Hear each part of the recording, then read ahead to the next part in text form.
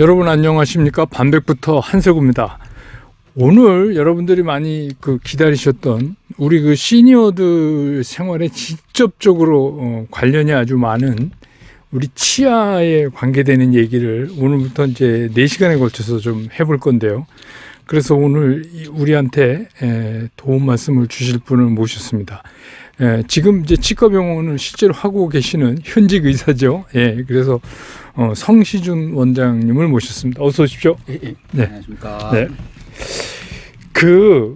우리가 이제 늘 이렇게 아기 때 태어나서 이제 전이 나고 이제 좀 자라면 이를 빼서 이제 영구치라고 그러죠. 이제 그게 생기고 그래서 치아를 잘 관리해서 죽을 때까지 그랬으면 참 좋겠는데 사실 그런 사람이 그렇게 많지가 않잖아요. 그래서 이게 사람들이 그런 얘기를 합니다. 이게 이가 아프면 모든 게 다 귀찮다. 그런 얘기 많이 하잖아요. 그래서 이 치아가 실제로 어떤 분은 또 그래요. 이 잘못되면 치매가 빨리 온다. 그런 얘기도 하고 그러는데 그 치아가 얼마나 우리 생활에 중요한 겁니까? 일단은 제일 중요한 건 씹는 기능이죠. 씹는 기능이 있으니까 그 씹는 게 제일 소화의 제일 첫 번째 단계고 그 음식을 섭취함으로써 우리 건강을 유지하게 되는 거고 그런 부분에서 굉장히 중요한 부분이 되는 거고요. 또 다른 한편으로는 그 시니어분들이 치아를 잃게 되면 많이 보셨겠지만 이가 없으신 분들은 이게 주름도 좀 많이 생기고 이게 저희가 그 씹는 높이가 달라지다 보니까 주름이나 안모의 변화 같은 것도 또 많이 생기시고. 그러니까 이게 이렇게 오물오물 이렇게 되죠. 그렇게 되고 이가 아예 없으신 분들은 저희가 보통 합죽이라고 그러죠. 합죽이 그렇게 하면 이게 이렇게 해서 모양이 좀 안모에서 좀 많이 스트레스도 받으시고 그런 경우도 꽤 많죠. 근데 이제 우리가 예전에 속담에 이런 말 있잖아요. 이 없으면 잇몸으로 이런 얘기가 있어서 그런지 그래도 요즘은 그런 분들 거의 없는데 그래도 시골에 가면 또 나이 드신 분들이 그냥 치아가 많이 없으신데도 그냥 막 생활하시는 분들 많잖아요.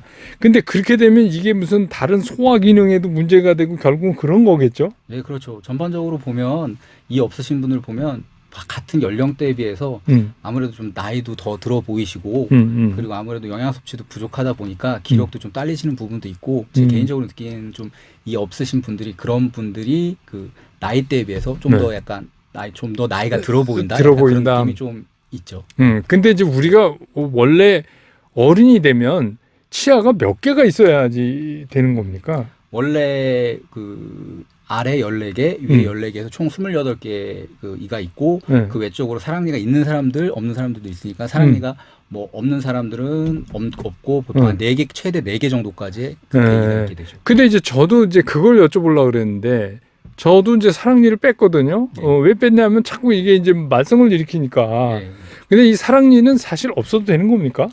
그렇죠. 더 크게 필요 없는 부분이기도 한데 만약에 사랑니가 똑바로 났다 그러면 씹는 기능이 그만큼 향상이 되니까 좀 좋은 부분도 있지만 대부분 보면 사랑니가 누워서 난 경우나 위치가 벗어나서 난 경우들이 많기 때문에 있어서 별로 득이 안 되는 경우가 많습니다. 보통 보면 특히나 사랑니가 저 뒤쪽에 있다 보니까 칫솔질이 어려운 환경이다 보니까 사랑니를 유지하시려고 그러다가 사랑니와 그 앞니 사이가 안 좋아져서 그 앞니까지 망가지는 경우가 상당히 많다고 봅니다. 그러면 이제 그 사랑니가 아프거나 충치가 되니까 아프겠지만 그러면 빨리 이제 치과에 가서 그거 오히려 뽑는 게 더 나을 수도 있겠네요. 예, 그렇죠. 그거는 만약 사랑니가 아프신 경험이 있다 그러면 한두 번 정도는 모르겠지만 반복적으로 그 주기가 잦아진다거나 아니면 그 강도가 세진다거나 그러면 꼭 치과 가셔서 엑스레이 찍어보고 뽑아야 될 경우에 꼭 뽑으시는 게 차라리 나을 수도 있습니다. 그럼 우리가 이제 24개 이빨이다. 그런데 28개죠. 28개. 14개. 28개인데 시니어 중에서는 이제 그게 없어지신 분도 계시고 물론 이제 임플란트니 해서 해 넣어야 되지만 그렇지 않고라도 그 원장님이 보시기에 그래도 우리가 일반적으로 생활을 하려면 어느 정도는 미니멈 있어야 된다고 보세요. 보통 옛날에 2080이라고 해가지고 20개 치아를 80세까지란 말이 있잖아요. 그게 그런 겁니까? 그런 의미인데 그거보다는 근데 20개라 그러면 보통 작은 어금니까지를 보통 얘기를 하는 건데요. 제가 봤을 때 보통 다른 치과 의사분들도 마찬가지지만 제일 끝에 어금니까지 있으면 제일 좋긴 하지만 연세 드신 분들은 솔직히 기력도 씹는 힘도 약하시고 그렇기 때문에 제일 끝에 어금니를 포기하더라도 네. 그러니까 최종적으로 4개 정도를 제외하고는 이가 있는 편이 훨씬 더 좋고요. 그래서 임플란트를 한다거나 그럴 때 만약에 경제적 사정이나 여러 가지 이유로 계획을 할 때는 제일 뒤에 어금니 하나 정도는 포기하고 회복을 하는 걸 많이 추천드리고 있습니다. 근데 이제 요즘 그 원장님이 보시기에 그래도 옛날하고 얼마 전하고 지금하고 이 시니어들의 치아 관리가 우리나라의 시니어들의 치아 관리가 정말 달라졌어요? 그건 뭐 시니어라고 해서 특별히 뭐 다른 건 아니고요. 네.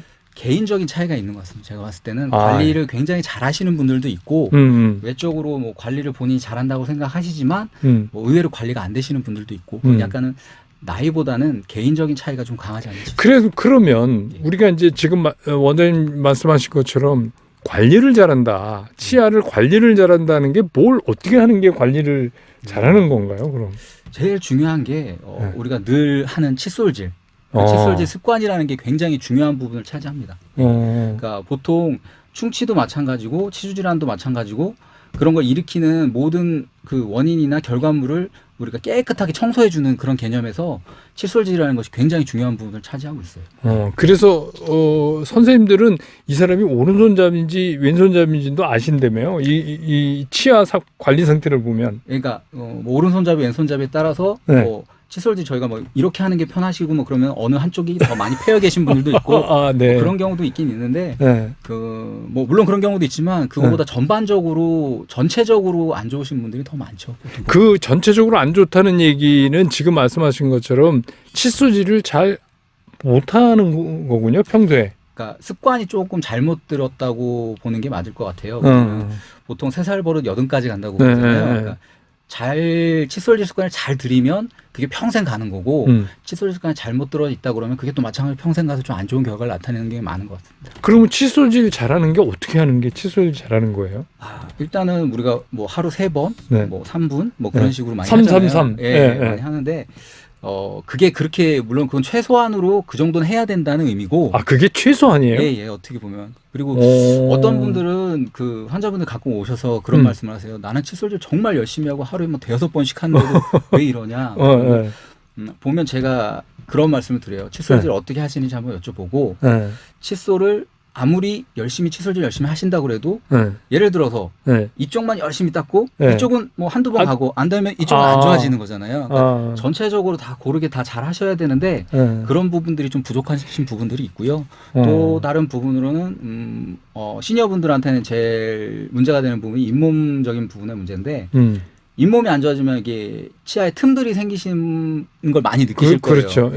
이가 좀 위쪽이 넓게 생겼기 때문에 잇몸이 내려가면 이와 이 사이에 공간들이 좀 많이 생기거든요. 근데 그런 공간이 관리가 돼야 되는데 이게 칫솔질이 잘 안 된다거나 뭐 다른 상황에 의해서 나빠지게 되면 그 부분이 틈이 넓어지면 그 부분도 닦아줘야 되거든요. 근데 기존의 칫솔질 습관의 개선이 없으시면 그 부분을 잘 안 닦으세요. 그러다 보니까 오히려 이게 더 나빠지고. 그러니까 지금 말씀하신 건 몇 번, 세 번, 3분, 뭐 식사 후 3분 이내에 이런 것도 중요하지만 사실은 어떻게 닦느냐가 굉장히 중요한 거네요. 그렇죠. 굉장히 중요하고 그 모든 부분을 다 고르게 닦아주는 게 또 중요하죠. 그러면 이거 생각보다 어렵네요. 그러니까 이게 처음에 칫솔질 습관 잘못 가지고 계신 분들한테 제가 설명을 드린 건 이제 칫솔질 처음 배운다고 생각하고 습관을 좀 다시 한번 들이시라고 말씀을 드려요. 그럼 어떻게 하는 겁니까? 칫솔질을 잘하는 방법을 구체적으로. 제가 지금 모형을 좀 가지고 오긴 했는데 이게 일단은 잇몸을 위해서는 칫솔질 하실 때는 항상 보면 우리가 보통 막 그냥 입 다물고 막 위아래로 닦기도 하고 좌우로도 막 이렇게 닦아요. 물론 이것도 중요하지만 잇몸 있는 부분에서 중요한 부분은 이하고 잇몸 경계 부분에 이런데 이제 누렇게 쌓이는 것들이 결국 잇몸을 나쁘게 만들거든요. 그러니까 이거 중에서 칫솔질 방법도 굉장히 많은데 그 중에서 가장 간단한 방법 중에 하나가 회전법이라고 그래서 잇몸에서부터 시작을 해서 이렇게 눌러주듯이 이렇게 닦아주는 쓸어내리듯이 이렇게. 잇몸하고 이 사이에 쌓여있는 걸 이렇게 쓸어내리고 약간 짜서 이렇게 짜주듯이 그렇게 닦는 방법이 어떻게 보면 가장 간단한 방법이고요. 이렇게 칫솔을 또 고르실 때는 잇몸을 위해서는 일단 부드러운 칫솔을 쓰세요. 우리가 청소할 때 제가 환자분들한테 말씀을 드리지만 부드러운 빗자루랑 억센 빗자루 비교해 보시면 어느 게 더 잘 쓸리실 거예요? 그 억센 거는 그냥 휙휙 지나고 막 나머지가 남잖아요. 네, 그렇죠. 근데 환자분들은 억센 거 갖다 막 열심히 딱 닦으면 그게 개운하고 뭐 그래서 그게 잘 닦는다고 생각하시는데 보통 억센 칫솔들은 그 담배 태우시거나 커피를 많이 드시는 착색되신 분들이 그런 걸 제거할 때 쓰는 거고요. 우리가 예전에 이렇게 찌든 때 제거할 때 물 청소할 때 억센 칫솔을 쓰잖아요. 그렇죠. 예. 그런 것처럼 억센 칫솔을 쓰시는 분들은 쓰셔야 되는 분들은 이렇게 착색이나 그런 것들 많은 분들한테는 그게 필요하지만 보통 일반 분들한테는 잇몸을 위해서는 부드러운 칫솔이 가장 좋습니다. 네. 아니 그러면 또 하나 그 제가 그 드는 생각이 그러면 전동 칫솔은 전동 어떤 칫솔 거예요? 물론 도움이 돼요. 특히 초음파 전동 칫솔 같은 경우에는 잇몸 안 좋으신 분들한테 그 음파 전동으로 인해서 그 치아 표면에 붙어 있는 거, 잇몸에 붙어 있는 거 잘 떨어뜨려 주는 작용이 분명히 있습니다. 근데 물론 뭐 장비가 좋은 것도 물론 중요하지만 그걸 어떻게 쓰느냐가 훨씬 더 중요하죠. 그러니까 칫솔질 습관이 잘못 드신 분들이 도구를 아무리 좋은 걸 써도 관리가 안 되시는 경우도 꽤 많아요. 그러니까 보통은 그런 전동 칫솔이나 그런 거는 우리 장애인 분들이나 그래서 뭐 몸을 잘 가누기 힘드신 분들은 확실히 도움이 돼요. 근데 일반인 분들이 그걸 너무 믿고 거기에 너무 맹신하셔서 하시다 보면 오히려 안 되는 경우들 많기 때문에 저 개인적으로는 전동 칫솔이나 그런 도구를 바꾸는 것보다는 칫솔질 습관을 바꾸는 걸 좀 더 많이 권유를 드려요. 그래서 저는 이제 얼뜻 드는 생각이 예를 들어서 전동 칫솔은 막 회전이 빠르니까 내가 막 이렇게 하는 것보다 속도가 빠르니까 굉장히 많이 잘 닦이지 않을까 하는 생각을 이제 일반적으로 갖잖아요. 근데 그런 거가 중요한 게 아니네요, 실제. 예, 그죠. 그거는 그냥 평소 내가 닦는 것보다는 조금 더 잘 닦일 수 있을지 모르겠지만 습관 자체가 잘 들어 있어야지 그게 더 상승 효과가 있는 거지. 습관이 안 좋은 상태에서 그걸 쓴다고 해서 꼭 좋은 효과를 내는 건 아닙니다. 그러면 또 궁금한 게 우리가 이제 이런 얘기 많이 하잖아요. 그 치약이 좋아야 된다. 아니다. 이게 칫솔이 좋아야지 된다. 그 뭐 아마 다들 경험이 있으실 거예요. 수없이 바꿔보고 치약도 수없이 바꿔보고 어떤 거는 진짜 마모도가 높아서 그런지 이 치약 좀 그런데 이런 느낌 받는 적도 있잖아요. 그러니까 어떤 게 좋은 거예요? 치약도 뭐 외국 같은 경우에는 목적에 따라서 뭐 그거에 따라서 뭐 불소 같은 경우도 함유량이 뭐 표시되어 있고 우리나라는 그런 것까지는 되지는 않고요. 일반적으로 치약보다는 솔직히 칫솔이 훨씬 더 중요한 부분이고요. 치약보다는 칫솔이 중요하다. 네, 아까도 말씀드렸지만 우리가 청소할 때 기본적으로 빗자루질이 잘 돼야지 거기다 물걸레질을 해야지 그게 깨끗해지는 것처럼 뭐 빗자루질이 잘 안 되는데 물걸레질을 이렇게 해놓고 나면 나중에 먼지가 그대로 남아있는 상황도 있잖아요. 아무리 치약이 좋아도 이게 칫솔이 이게 뭔가 잘 안 맞으면 그렇죠. 그러니까 치약을 선택하실 때는 일반적으로 저는 우리나라에서 뭐 적용되는 부분에서는 뭐 예를 들어서 잇몸이 안 좋아서 시리시다거나 그런 분들한테는 시린 용도의 치약이 따로 있어요. 보통은 뭐 센소다인이나 시린메드, 뭐 성표이드 막 이게 뭐 괜찮습니다. 그런 게 있는데 보통 그 종류를 많이 쓰시는데 그 치약에는 마모제가 좀 덜 들어있고 치아에 시린 걸 좀 감소시키는 성분들이 들어있거든요. 그러니까 그래서 이제 어르신들 같은 경우에 잇몸이 나빠진 경우에 이제 찬 거 드시면 시리시고 뭐 이렇게 뭐 드시면 뭐 시리다 그러신 분들한테는 그런 시린이 용도의 치약이 많이 도움이 되죠. 그러니까 제가 지금 가만히 말씀을 듣고 보니까 이런 거잖아요.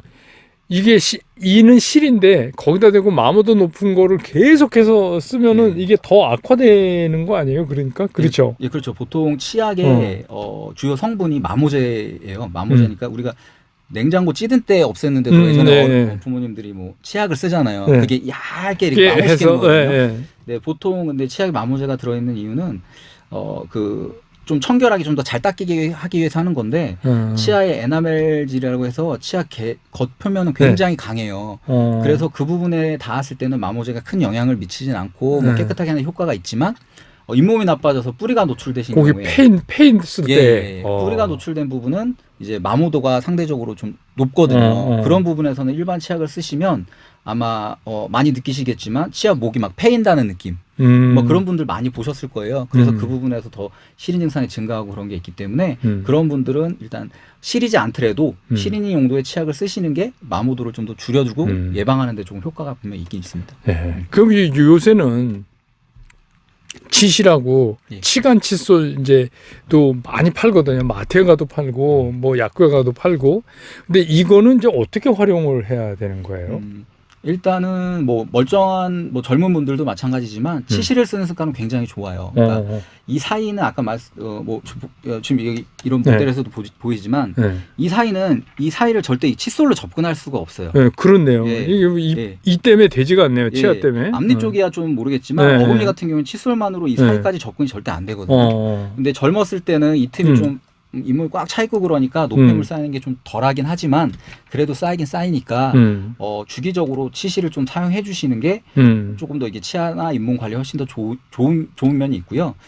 치간 칫솔이라는 건 어떻게 보면은 사용하기 편한 부분이 있기 때문에 많이 권유를 드리는데 뭐 가지고 다니시기도 편하고 그러니까 이런데 뭐 다니실 때 외출하실 때나 어느 여행 가실 때 치간 칫솔 같은 거 하나 챙겨가서 식사하시고 나서 치아 사이를 이제 왔다 갔다 닦아주시면 치아 그 사이가 닦이잖아요. 그러니까 이런 습관이 굉장히 중요하세요. 그러니까 잇몸이 나빠지신 경우에는 이 사이에서 그게 좀 가속화되는 경우가 많기 때문에 일반적인 바깥쪽 칫솔이 하시는 것도 물론 중요하지만 이 사이를 관리 어떻게 하느냐가 그 이의 수명과 뭐 잇몸의 그 건강을 유지하는 데 굉장히 중요한 역할을 한다고 생각합니다. 그런데 이제 우리 이제 흔히들 많이 쓰시는 이제 그 나무로 된 그 음식점 가면 있는 이쑤시개 있잖아요. 이걸로 막 이제 하는데 그거는 가능하면 쓰지 말라는 얘기도 있던데. 네, 맞아요. 그거는 별로 권유드리지 않는 게 이게 우리나라 말로 바뀌면서 이쑤시개라는 말로 바뀌었는데 원래 영어로는 피커라는 말을 쓰잖아요. 그러니까 쉽게 말씀하면 치아 표면을 우리가 거울 보면 보이는데 우리가 쉽게 설명해도 고춧가루 같은 거 있으면 그런 거 살짝 집어내는 쓰라는 그런 용도거든요. 근데 이쑤시개 갖다가 치아 사이에 뭐 음식물을 꼈다고 그걸 이렇게 쓰시다 보면 그 날카로운 거에서 치아 잇몸에 상처가 나요. 그 잇몸에 상처가 나면 그게 또다시 염증이 될 수도 있는 거거든요. 외상이 되는 거니까 그런 부분에 있어서는 이쑤시개는 사용을 안 하시는 게 좋을 것 같습니다. 그러면 이제 오늘 첫 시간이니까 우리가 일반적으로 치아 관리를 어떻게 해야 되고 또 어떤 것들은 어떻게 활용하고 치약은 어떻게 고르고 또 목적성에 맞게 또 칫솔은 어떻게 고르고 뭐 이런 거에 대해서 이제 전반적인 얘기를 오늘 좀 원장님 모시고 들어봤는데 이제 앞으로는 그 이제 충치 얘기서부터 시작해서 이제 시니어 임플란트 과연 어떤 게 좋은 건가 이런 얘기 순서대로 진행을 하기로 하겠습니다. 오늘 뭐 병원 끝나고 이렇게 늦게 이렇게 저희 반벽부터 위해서 나와주시는데 다시 한번 감사드리고 우리 그 시니어의 치아에 관련되는 첫 번째 시간은 이렇게 마무리하도록 하겠습니다. 여러분 다음 시간에 다시 뵙겠습니다. 고맙습니다.